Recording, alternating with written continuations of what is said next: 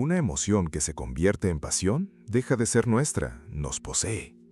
Baruch Spinoza. ¿Por qué las emociones que más te dañan son también las más difíciles de soltar? No las neutras, no las que simplemente pasan, las que queman, la rabia que vuelve cada vez que piensas en esa persona, el miedo que aparece justo cuando más necesitas estar tranquilo, la envidia que te envenena cada vez que alguien consigue lo que tú quieres, la tristeza que se instala y no avisa cuándo se va a ir.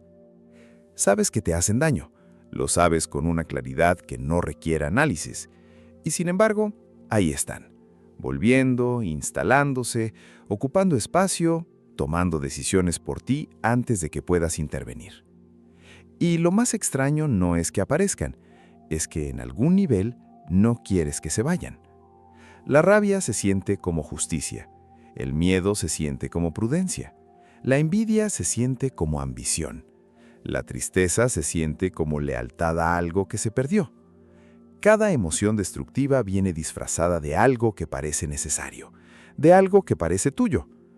Y ahí está la trampa, porque Spinoza, uno de los filósofos más rigurosos y más incómodos de la historia, vio algo que la mayoría prefiere no ver, que cuando una emoción se convierte en pasión, deja de ser nuestra, nos posee, deja de ser algo que sentimos y se convierte en algo que nos gobierna, en algo que toma las decisiones, en algo que organiza la vida alrededor de su propia perpetuación.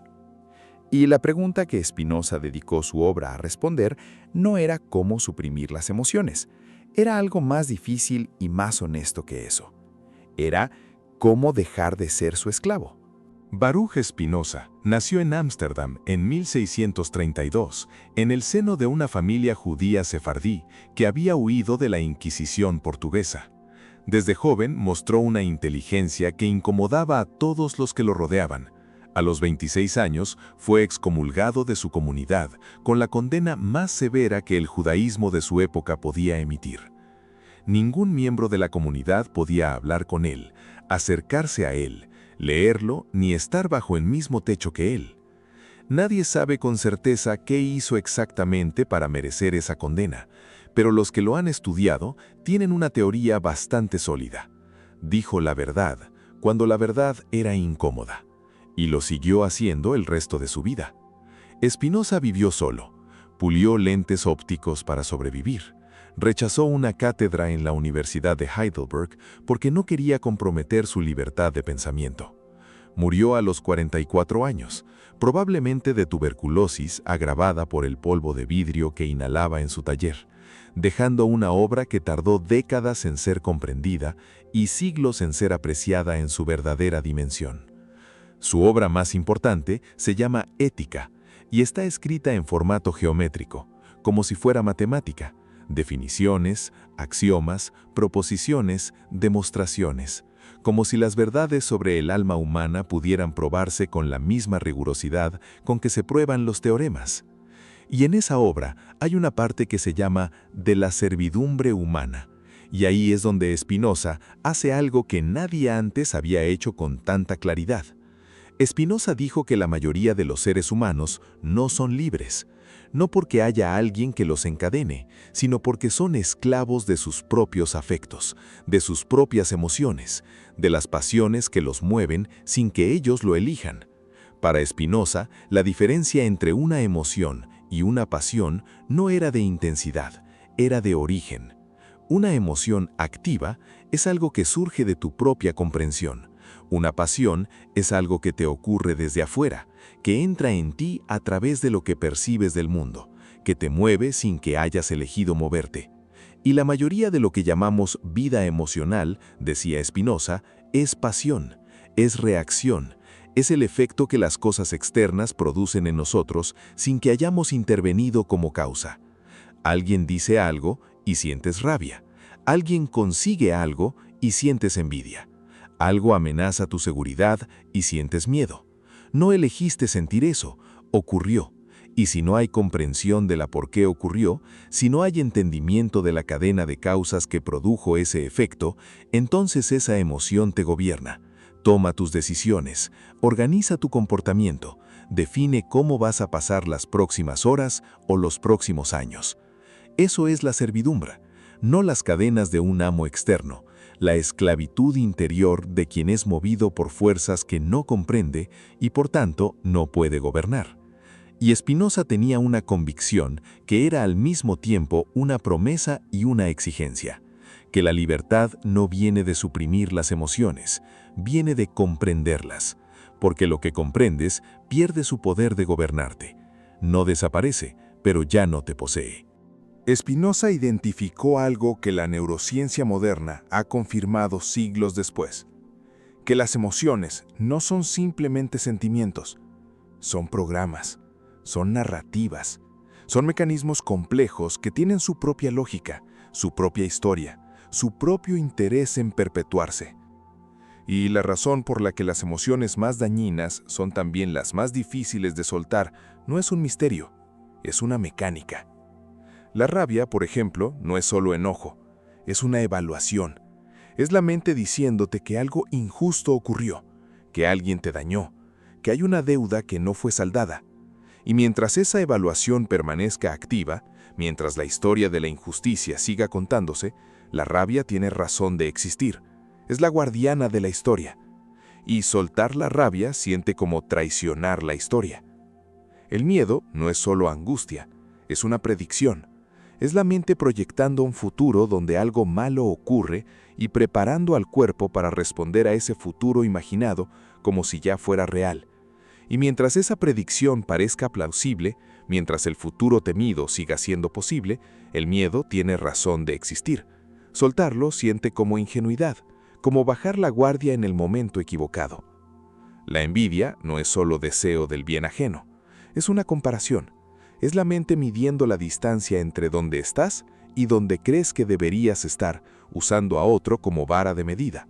Y mientras esa comparación siga activa, mientras la distancia siga pareciendo injusta, la envidia tiene razón de existir. Soltarla siente como resignarse, como aceptar que no vas a llegar. Spinoza lo vio con una claridad que todavía incomoda. No somos esclavos de las emociones a pesar de nuestra inteligencia.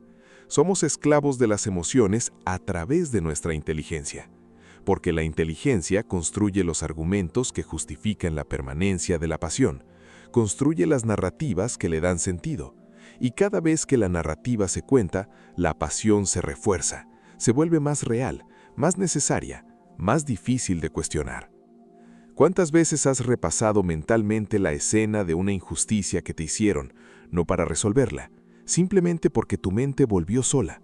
Y cada vez que repasaste la escena, la rabia se renovó. Y la renovación de la rabia hizo que la escena pareciera más importante. Y la importancia de la escena justificó otro repaso. Eso es el mecanismo de la posesión que Spinoza describió. No es debilidad, es la lógica de una pasión que se autoalimenta. ¿Qué emoción lleva más tiempo gobernando decisiones que deberían ser tuyas? No respondas rápido. La respuesta rápida viene de la pasión misma que se defiende. Voy a hacer una pausa aquí. Lo que acabamos de describir no se resuelve con una técnica. Tiene capas. Y si este tipo de preguntas te generan algo que el contenido habitual no genera, la fractura es el lugar donde seguir. Suscríbete y continúa la conversación. Mientras tanto, esta noche escribe esto en tu diario. ¿Qué decisión tomé en los últimos 6 meses que en realidad la tomó una emoción que yo creía que era mía? No la juzgues, solo nómbrala. Eso ya es suficiente por ahora. Sigamos. Spinoza no propuso la supresión de las emociones. Eso sería tan inútil como intentar detener el viento tapándote los oídos. Lo que propuso fue algo más exigente y más posible: la comprensión como forma de libertad. Su argumento central era este: una pasión deja de ser pasión en el momento en que nos formamos una idea clara y distinta de ella. Cuando comprendes por qué sientes lo que sientes, cuando puedes trazar la cadena de causas que produjo ese efecto, cuando la emoción ya no es un hecho bruto, sino un fenómeno comprensible, entonces ya no te gobierna de la misma manera. Todavía está ahí, pero ya no tiene el mismo poder. Aquí hay 3 herramientas concretas para empezar ese trabajo. Primera herramienta: el mapa de la emoción. La próxima vez que una emoción intensa aparezca, antes de actuar desde ella, hazle 4 preguntas. ¿Qué ocurrió exactamente que produjo esto? No la interpretación, el hecho concreto. ¿Qué historia me estoy contando sobre lo que ocurrió? ¿Qué significa según esa historia? ¿Esa historia es la única posible o es una entre varias interpretaciones igualmente válidas? ¿Qué acción me está empujando a tomar esta emoción? ¿Es la acción que yo elegiría si no estuviera bajo su influencia? Estas 4 preguntas no eliminan la emoción, pero crean un espacio entre el estímulo y la respuesta, y ese espacio es el territorio de la libertad que Spinoza describió. Ejercicio. Esta semana, elige una emoción recurrente que reconozcas como algo que te gobierna. Aplícale estas 4 preguntas por escrito, no en tu cabeza, por escrito, porque escribirlo obliga a la precisión que el pensamiento solo puede evitar. Segunda herramienta. Distinguir el objeto real del objeto imaginado. Spinoza observó que la mayoría de las pasiones más intensas no tienen como objeto algo real, tienen como objeto una idea, una proyección, una historia sobre algo que podría ocurrir o que ocurrió y fue interpretado. El miedo rara vez es al peligro presente, es al peligro imaginado. La rabia rara vez es al daño actual, es al daño recordado o anticipado. La envidia rara vez es al bien que el otro tiene, es a la historia que construiste sobre lo que ese bien significa sobre ti. Ejercicio. Toma la emoción que identificaste y pregúntate qué es exactamente su objeto real. No la historia, el hecho, la persona, el evento, el objeto concreto. Con frecuencia descubrirás que la emoción es mucho más grande que su objeto real, y esa desproporción es exactamente lo que Spinoza llamaba pasión. Tercera herramienta. La comprensión como acto de amor propio. Spinoza tenía una idea que suena extraña hasta que la entiendes, que comprenderte a ti mismo es la forma más alta de amor propio. No en el sentido de la autoestima contemporánea, en el sentido de que solo quien se comprende puede actuar desde su propio centro en lugar de ser movido por fuerzas que no eligió. Ejercicio de esta semana. Elige una relación en tu vida donde reconozcas que una emoción ha estado tomando decisiones por ti durante demasiado tiempo. Una relación con una persona, con un trabajo, con una situación. Escribe la historia que esa emoción cuenta sobre esa relación. Luego escribe la historia alternativa, la que existiría si la emoción no estuviera narrando. No para invalidar lo que sientes, para ver que lo que sientes es una interpretación y que las interpretaciones pueden revisarse. Eso, según Spinoza, es el inicio de la libertad, no la ausencia de emoción, la presencia de comprensión. Spinoza pulió lentes toda su vida. Hay algo en esa imagen que dice exactamente lo que su filosofía decía. Pulir lentes es un trabajo de precisión, de paciencia, de atención sostenida a algo que sin ese trabajo distorsiona la realidad en lugar de clarificarla. Un lente sin pulir no muestra el mundo como es, muestra una versión deformada de él. Spinoza creía que la mente sin comprensión funciona igual. Recibe el mundo a través de las pasiones que la habitan y lo que ve no es la realidad, sino una versión de ella filtrada por el miedo, la rabia, el deseo, la envidia, y actúa sobre esa versión creyendo que es el mundo real. El trabajo de la filosofía, para Spinoza, era pulir ese lente, no para ver un mundo más bonito, para ver el mundo más claro, y actuar desde esa claridad en lugar de la distorsión. Las emociones que más te dañan son las más difíciles de soltar porque tienen argumentos, tienen historias, tienen razones que se sienten verdaderas. Y mientras esas historias permanezcan sin examinar, seguirán siendo la lente a través de la cual ves todo lo demás. Spinoza no te promete que el trabajo sea rápido, te promete que es posible, y que la libertad que resulta de él no es la libertad de no sentir, es la libertad de sentir sin ser gobernado por lo que sientes. Hay una diferencia entre observar una tormenta y estar dentro de ella.